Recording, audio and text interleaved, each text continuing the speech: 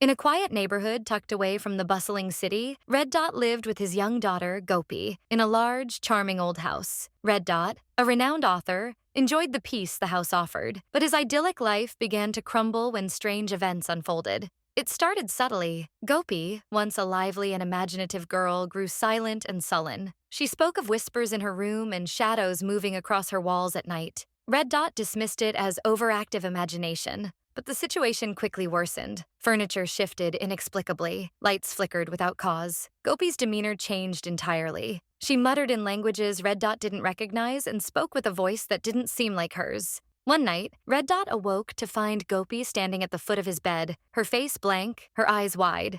"Papa," she said in a deep, otherworldly voice. "They're waiting." Desperate, Red Dot consulted doctors and psychiatrists. Despite countless tests and evaluations, the experts were baffled. Finally, one hesitant doctor pulled Red Dot aside and whispered, "You may want to consider unconventional help." Reluctantly, Red Dot sought Mani, a young priest who had gained a reputation for his unorthodox methods and a deep inner conflict regarding his faith. Mani was hesitant, but agreed to visit the house.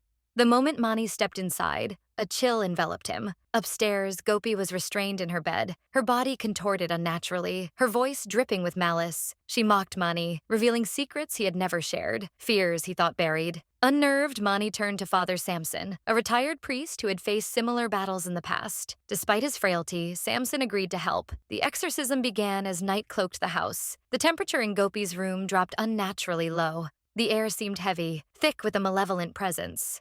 Gopi thrashed and screamed, her voice morphing into unsettling tones. The walls vibrated, and objects flew across the room, as if the house itself protested the ritual. Samson stood firm, his voice unwavering. "The power of God compels you," he declared, his words cutting through the chaos. Mani joined in, his faith strengthening with each prayer, despite the doubts that had haunted him. Hours passed, and the darkness seemed to grow stronger before it finally began to wane. With a final piercing scream, Gopi collapsed, her body limp. The room fell silent. As the first rays of dawn broke through the windows, Gopi opened her eyes. They were clear, her voice soft and familiar. "Papa," she whispered, "it's over." Red Dot embraced his daughter, tears streaming down his face. The ordeal had ended, but its echoes lingered. Father Samson, having spent his remaining strength, passed away peacefully, knowing his mission was fulfilled.